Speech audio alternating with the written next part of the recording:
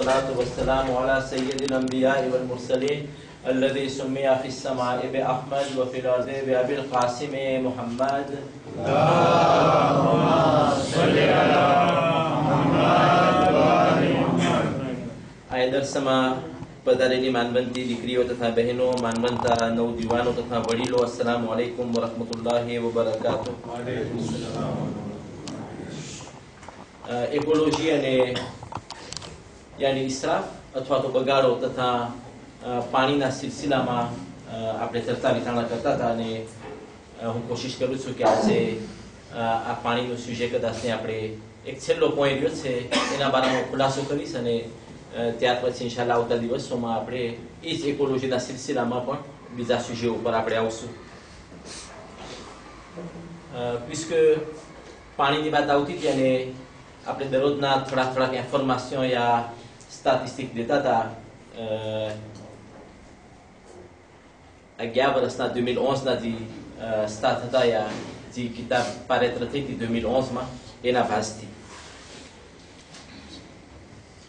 આ પાણી ચીજ એવી છે કે એ હયાત છે, બરાબર, એટલે જિંદગી છે, એના વગર કંઈ નથી.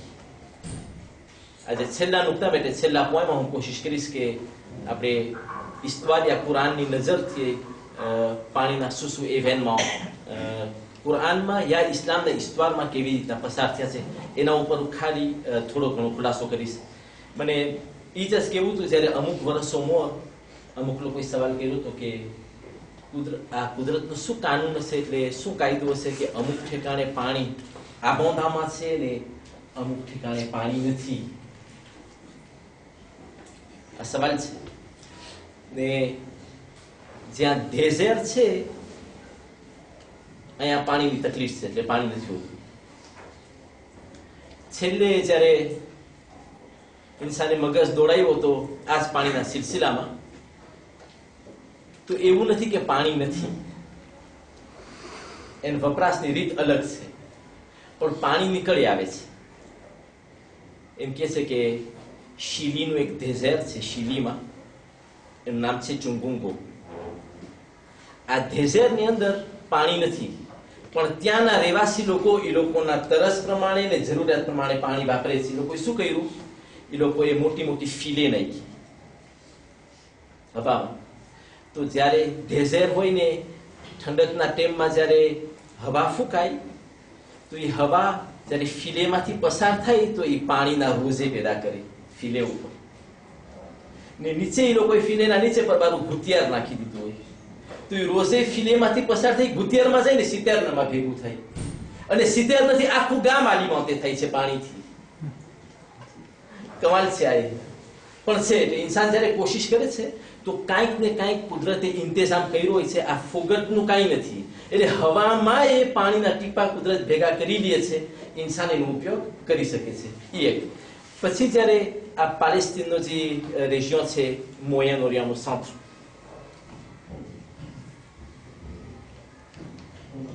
હાલત એ છે કે જેમ રસૂલે કીધું હતું કે પાણીમાં બધાય એસોસિએટ છે, એટલે બધાયનો હક છે પાણી જેવી ચીજમાં.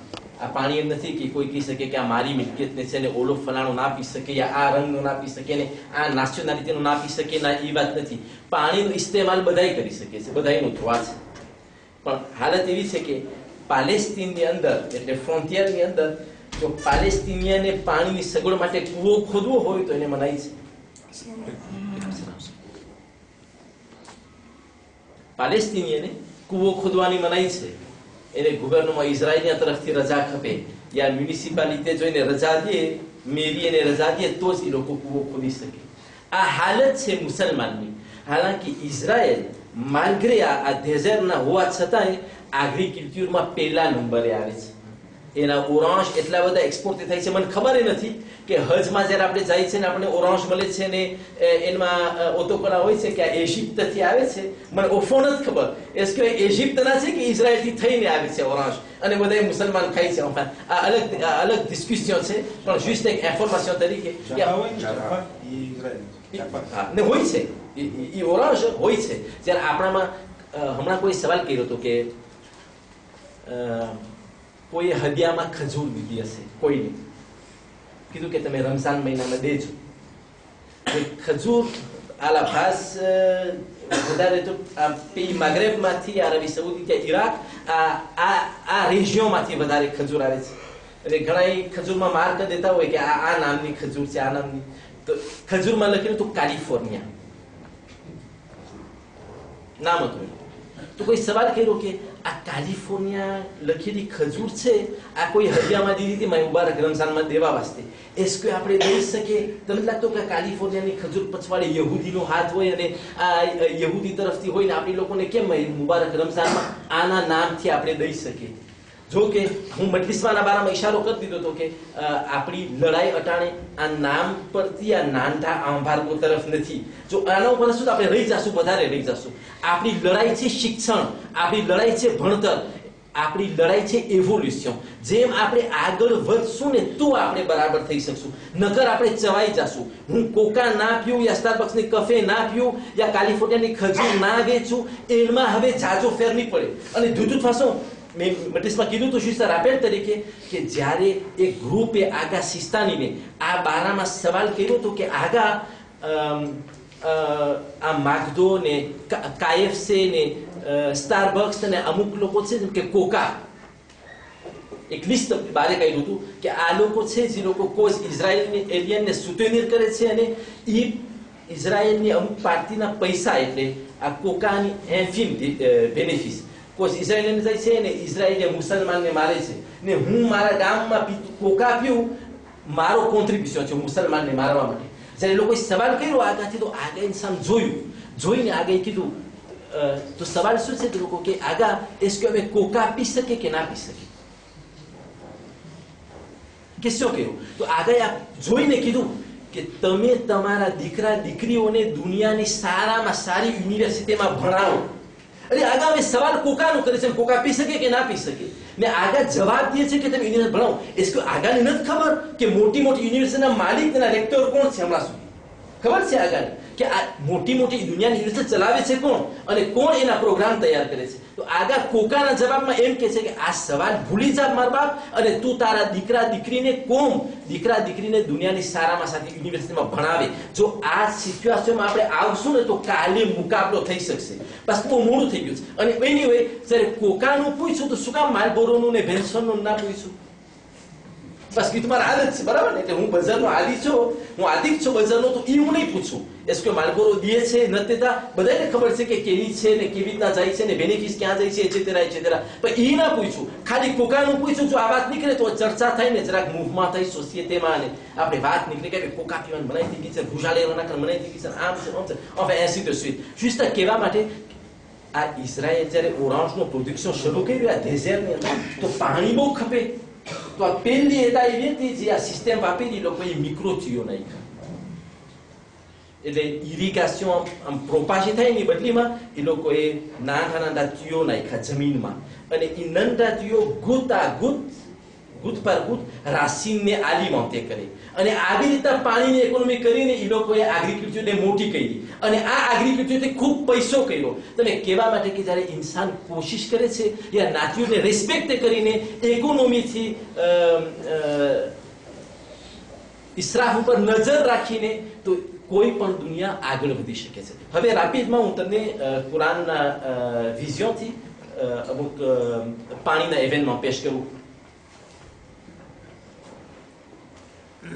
જ્યારે ફિરૌનના જુલમથી નબી મૂસાએ બની ઇસ્રાઈલની કોમને છોડાવી, એટલે જે લોકો નબી મૂસાને સ્વીવ્ર કર્યા, આઝાદી મળી ફિરૌનના જુલમથી, ને જે લોકો એ માયના નબી મૂસાને સ્વીવ્ર કરવા માટે, તો એ લોકો જ્યારે ફિરૌનના ટેરિટોરથી જરાક દૂર થયા તો એ બધું રણ હતું.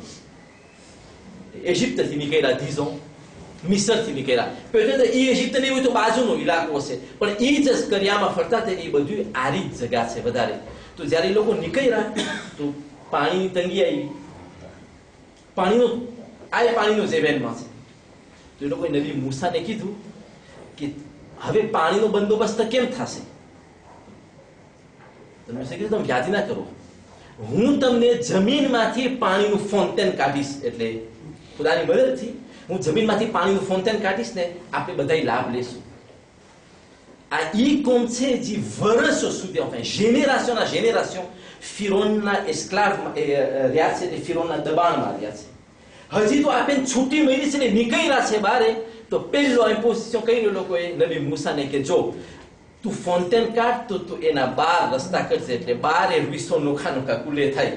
આ કોમનો માણસ મારા ફોન્ટેનમાંથી મારા રૂઈસોમાંથી પાણી નહીં પીએ અને ઓલો નહીં પીએ. અમે 12 કબીલા છે, તું 12 રૂઈસો નોખા કાઢ. અમે બધાય અમારા નોખા નોખા અમે પોતે પાણી પીશું. આ કઈ ઈદે છે? આ એસ્ક્લાવની ઈદે છે ખાલી તું સંપ્રમો. એટલે જે કોમ એવોલ્યુએ ના થઈ હોય, દબાણમાં રહી હોય, કોકના હેઠળ રહી હોય, જેની મગજમાં વિચાર કરવાની શક્તિ મળી ગઈ હોય, એ કોમની અંદર ભેદભાવના વિચાર કરતો હોય. આ લોકો નસીબદાર નથી માનતા કે ફિરૌનના જુલમથી બચાવવાવાળા નબી મૂસા આજે અમને લિબર્ટી તરફ લઈ જાય છે. જ્યાં અમે પાણીની માંગણી કરીએ છીએ, માણસ પાણી લઈ આવે છે. જ્યારે પાણી કાઢે છે તો આ કોમ જે દબાઈ લેતી ફિરૌનના જમાનાની અંદર, એ લોકો એમ્પોઝ કરે છે કે તું 12 રૂઈસો નોખા કાઢ. એટલે બધાયની નદી નોખી હોય, અમે બધાય કોમ વાળા અમારી નોખી નોખી નદીમાંથી પાણી પીશું. આ કોમનો માણસ આ નદીમાંથી પાણી ના પીએ. હું તમને પૂછું છું, આજથી 4000 વર્ષ મોર ઈ કોમે જો એવા વિચાર કર્યા હોય ને અટાણે એવોલ્યુશનના ટાઈમમાં આપણા વિચારો કેવા છે? સાંભળાપડ જ છે, બરાબર? કાચ ફેર છે જરાક કે આ પાણીનો મામલો હતો. બીજો ઇવેન્ટમાં ઈસ કુરાનના નજરથી જ્યારે જનાબે મરિયમ નીકળે છે બૈતુલ મુકદ્દસ થી ઇબાદત કરીને, એટલે જે પોતે ઇબાદતમાં રહેતા હતા, અને જ્યારે એની આકુશમાંનો ટેમ આવે છે નબી ઈસા પ્રત્યે, આ ડિફરન્સ છે કે પોતે હતા ને એને બહાર નીકળવું પડ્યું. ને જ્યારે જનાબે મરિયમ જાય છે, જે ઇવેન્ટમાં બને છે, એટલા પોતે દુઃખી છે, એટલા પોતે ત્રિસ્ત છે, parce que એટલા પોતે માણસના બોલ સાંભળે છે ને, તો કુરાને આ જનાબે મરિયમના વિચાર જે છે ને, વિચાર એને હિફ્ઝ કર્યા છે, એને બચાવ્યા છે. ખુદા કહે છે કે પોતે કહે છે યા લૈતની કુંતુ નસ્યમ મનસિયા. ખુદા કાશ, એટલે મનમાં જનાબે મરિયમ વિચાર કરે છે કે કાશ હું એક્ઝિસ્ટન્સ ના થતી હોત, યા આ ઇવેન્ટમાં પહેલા જો તે મને લઈ લીધી હોત, તો માણસો મને ભૂલી ગયા હોત ને મારું એક્ઝિસ્ટન્સ ભૂલાઈ ગયું હોત. ઓ કોમ્બિયન જનાબે મરિયમ માટે આ પેનિબલ હતું આ સિચ્યુએશન. પણ જ્યારે જનાબે મરિયમ આગળ વધે છે ને, પોતે થાકીને એક પાલમી એટલે ખજૂરીને એક ધાતીના બાજુમાં જનાબે મરિયમ આવે છે ને એકદમ તરસમાં છે જનાબે મરિયમ. સ્ટ્રેસ છે, ગરમીની મોસમ છે ને, એને એકદમની તરસ લાગે છે જનાબે મરિયમને. તો આ એક એવું ઇવેન્ટમાં છે, કુરાન કહે છે કે જનાબે મરિયમને ખુદા કહે છે કે જઅલકી રબ્બુકી તહત કે જઅલા રબ્બુકી તહતકી સરિયા. અહીં મરિયમ, તારા ખુદાએ તારા પગ નીચે ફોન્ટેન રાખ્યું છે, તું ખાલી પગને ડગાર ખાલી. ફોન્ટેન બહાર આવશે એટલે પાણી બહાર નીકળશે. અહીંયા જ નથી પગતું. આ હાથ જનાબે મરિયમનો પગ કેટલો બરકતી હશે. જ્યાં ડેઝેર હોય, જ્યાં પાણીની સગવડ ના હોય, આ કેટલી માસૂમ એટલે કેટલી નેક ઓરત હશે. એનો પગ ઘસવાથી જ ખાલી ખુદા જમીનમાંથી પાણીનું ફોન્ટેન બહાર કાઢે છે. એક પછી જ્યારે જનાબે ઈસાનો જન્મ થાય છે, જનાબે મરિયમને ભૂખ લાગે છે. ક્યાંથી આવે ખાવાનું? તો ખુદા જનાબે મરિયમ કહે છે વહુઝી ઇલૈકી બિજિઝഇ નખલતે તુસાકિત અલૈકી રોતબન જનિયા. અય મરિયમ, મને ખુદા એ ઈશારો કરે છે આપણને કહેવા માટે કે મરિયમ જેવી મુકદ્દસ ઓરત છે, કે પાક ઓરત છે, એના પગ નીચેથી હું પાણીનું ફોન્ટેન બહાર કાઢું છું. તો આ મરિયમને ખાવાનું નથી દઈ શકતો. આ બૈતુલ મુકદ્દસમાં જ્યારે જનાબે મરિયમ ઇબાદત કરતા હતા, એને કઈ મહેનત નથી કરવી કે આપાર ઇબાદત. એટલે જ્યારે પોતે મેડિટેશનમાં હતા, અને જ્યારે એના ચાચા ઝકરિયા મહેરાબમાં દાખલ થાય ને, મસ્જિદમાં દાખલ થઈ જનાબે મરિયમને જોવા માટે, તપાસ કરવા માટે, parce que એની દેખરેખ જનાબે ઝકરિયાના હાથમાં હતી. જનાબે મરિયમના માવતર ગુજરી ગયા હતા, અને આ એ નિયત હતી. એટલે એમ કહે છે કે એ ફામી એવું નોબલ હતું કે એ લોકો ને જ્યારે જનાબે મરિયમના માવતરને ઔલાદ નહોતી થતી, તો લોકોએ મિન્નત કરી હતી કે ખુદા તું જો મારા ઘરે દીકરો દે તો હું એને તારા ઘરની અંદર વકફ કર્યો, એટલે હું એને ખાસ દીદીએ કરીશ તારા નામ ઉપર, કે ઈ બૈતુલ મુકદ્દસની ખિદમત કરે, મેદિતે કરે અને ઇબાદત મારી એટલી પ્રેત્ર બને, આગા બને, એવી રીતના યા કોમની મદદ કરે એવો છોકરો જન્મ થયો. જ્યારે તો દીકરી થઈ. આ પહેલું હતું બની ઇસરાઈલમાં. એટલે આવી રીતના કે એક દીકરી આવી રીતના બૈતુલ મુકદ્દસમાં આવે. હમણાં સુધી જો હતા એ આ લોકો હતા, પછી તો ઈશ્વર જેવી રીતના સ્વીકારશો કે જનાબે મરિયમની ધ્યાન કોણ રાખશે ને કે એના હાથમાં જનાબે મરિયમની પરવરિશ આવી છે તેરા. પણ કુરાન કહે છે કે જ્યારે જનાબે ઝકરિયા જનાબે મરિયમ પાસે જોવા આવે ને જોવા જાય તો એ દેખાય કે મુસલ્લા ઉપર વગર મોસમના ફૂબી પડ્યા હોય, જ્યાં જનાબે મરિયમ ઇબાદત કરતી હતી. તો આ કુરાન કહે છે જનાબે ઝકરિયા પૂછે યા મરિયમ અયના લકી હારા, અહીં મરિયમ આ બધું ક્યાંથી આવ્યું, એટલે વગર મોસમનું. તું તો એવી જો કોઈ દિવસ બૈતુલ મુકદ્દસમાંથી બહાર નીકળી ગઈ એક. અને માની લે કે કોઈ કે જરા મરિયમ રાત પછી બહાર નીકળ્યા હતા તો એ મોસમના ફ્રૂટ એટલે જે બની ઇસ્રાયલમાં બજારમાં વેચાતા હતા એ ફ્રૂટ હતા નહીં, એટલે ઈસાવ વગર મોસમના ફ્રૂટ હતા. જનાબે ઝકરિયા જોઈને અજબ થઈ જાય, અહીંના લખ્યા હતા. તો જનાબે મરિયમ એમ જ ઈશારો કરે હા મિન ફضل રબ્બી, એટલે આ મારા ખુદાના કરમથી, એટલે ખુદા તરફથી મને નસીબ થયા છે આ બધું. આ સિચ્યુએશનમાં જનાબે મરિયમને કઈ મહેનત નથી કરવી પડતી. હવે અહીંયા જનાબે ઈસાનો જ્યારે જન્મ થયો તો ખુદા ફ્રૂટ નહોતો લઈ આવી શકતો, લઈ આવી શકતો હતો, પણ એક મેસાજ કે છે. તો જનાબે મરિયમને કહે છે વહુઝી ઇલૈકી બિજિઝഇ નખલતે તુસાકિત અલૈકી રતબન જનિયા. એ મરિયમ હવે તું સોસાયટીમાં છું, હવે તું બૈતુલ મુકદ્દસમાં નથી, હવે તું ગામમાં છું. માણસો જેવો તારો સિચ્યુએશન છે. જો અહીંયા તને ભૂખ લાગે ને તને ખાવું હોય તો તું તારા હાથથી ખજૂરનું ઝાડ ડગાવ, સેકુએ કર તો ખજૂર પડશે. જો તું સેકુએ નહીં કર તો ખજૂર નહીં આવે. તમે દેખો છો સિચ્યુએશન, જ્યાં સુધી પોતે બૈતુલ મુકદ્દસની અંદરમાં છે ઓકે છે, ખાવાનું આવી જાય છે. આ પાર્થિવ જુમમાં જનાબે મરિયમનો સિચ્યુએશન બદલ્યો. પોતે સોસાયટીમાં જીવવા ગઈ, સમાજની અંદર, ગામની અંદર, તો હવે મોજીસા બંધ થઈ ગયા. હવે તું કોશિશ કર, તું મહેનત કર. હા શેર એ તો છે જ કે જો સુકેલું ધાતીએ હોય ને જનાબે મરિયમનો હાથ અડે એની અંદર ને ધાતીએ જો લીલું થઈ જાય ને એમાંથી ખજૂર પડે અલગ વસ્તુ છે. પણ ખુદા કે છે મરિયમને કે તું કોશિશ કર, તું ઝાડને ડગાવ. આ બે સિચ્યુએશન. ત્રીજો સિચ્યુએશન રાપીદમાં તમને ખબર હશે. પછી મને એક નાની શાયરી પાણીના બારામાં કેવી હતી, કદાચ તેમના ટેન નહીં મળે તો આવતા દર્શમાં આપણું સુજે એકોલોજીનું હશે, પણ હું પાણી સિવાય બીજી ખુદાની મખલુક તરફ તમારું ધ્યાન લઈ જઈશ. આપણે જુસ્ત વિચાર જ કરશું કે ઇન્સાનનો એવોલ્યુશન હોય, એનું ડેવલપમેન્ટ ક્યાં જાય છે અને ખુદા એનો જવાબ કઈ રીતના દે છે. આ છેલ્લું તુષ્ટી નાચ્યું છે ને એના પછવાડે એનો હાથ છે અને અહીંયા ઇન્સાન લાચાર થઈ જાય છે. હું એટલા એક્ઝામ્પલ તમારા સામે લઈ આવીશ, કોન્ક્રેટ, ધાત પર ધાત. તમે જોજો કેવો સિચ્યુએશન છે, ઇન્સાન શું ધારે છે અને થાય છે શું. એનો રાપીદમાં પુષ્કળ વાત નીકળી. આજે મારે મસાઈમાં આ પાણીમાં જે ઉગી આવ્યા છે એ શું છે? શાસન છે, બરાબર છે, શાસન દો. આ ખાલી અહીંયા જ પ્રોબ્લેમ નથી આ મસાઈનો, પૂરી દુનિયા આ પ્રોબ્લેમની અંદર હેરાન છે. એટલે આવી રીતના મારે આશેષે થઈ જતા હોય ને, ઇકોસિસ્ટમ એકદમ ગોટાળે ચડે ને, કેટલી સ્પેસ અંદરમાં મરી જતી હોય ને, enfin જે રીતના પ્રોસેજર થવી જોઈએ નથી થતી. શું થયું છે 1861 ou 63 એરિઝોનાની અંદર એક મીટિંગ હતી, enfin શરૂઆત હતી આ બાયોડાયવર્સિટીની ને એન્વાયરમેન્ટની વગેરે. તો જેટલા કોન્ફરન્સિયા આવ્યા હતા એ લોકોએ વિચાર કર્યો કે આ પુષ્કળ શરૂ થયું છે તો આપણે બધાને કંઈક કંઈક યાદગીરી તરીકે લઈએ. તો એ લોકોએ આમાઝોનીના શાસન દો બધાને હદિયા તરીકે દીધા કે આ એક છે, તમે લઈ જાજો તમારા ગામમાં. અને અહીંયાથી આ શાસન જ્યાં જ્યાં ગયા એ બધા પર આ ખરાબ રીતના ફેલાણા છે. એટલે એટલું બધું આ ઓન્ડેમિક થઈ ગયું છે કે નીકળ્યું ત્યારથી હમણાં સુધી એનો આરો નથી આવતો. કહેવાનો મતલબ એ છે કે જ્યાં કુદરતે જેમ કર્યું છે ને એમ એની જગા ઉપર એ બધું બરાબર છે. જો હું દોરડાયો થઈને આનું આમ કરવા જાઉં તો રિઝલ્ટ આપણે આ પાસા છે. હું તમને કેટલા એક્ઝામ્પલ લઈ આવીશ કોન્ક્રેટ. જનાવરના બારામાં દુનિયાએ શું કર્યું, આના બારામાં દુનિયાએ શું કર્યું, આમ કરવાથી દુનિયા ક્યાં ગઈ ને શું થયું. અને ઇન્શાલ્લાહ આવતા કુરમાં હું પુષ્કળ પાણીની શાયરી પેશ કરું એની પહેલા કુરાનનો એક નાનો વાક્યો તમારી સામે છેલ્લો બયાન કરીશ કે કુરાનના નજરમાં પાણીનું હજી બીજું કયો એવો ઇવેન્ટમાં હતું ને એના પછી ઇન્શાલ્લાહ આપણે વિચાર સમજાશું. હાદા વસલ્લલ્લાહુ અલા મુહમ્મદ વ આલિહિ તાહિર.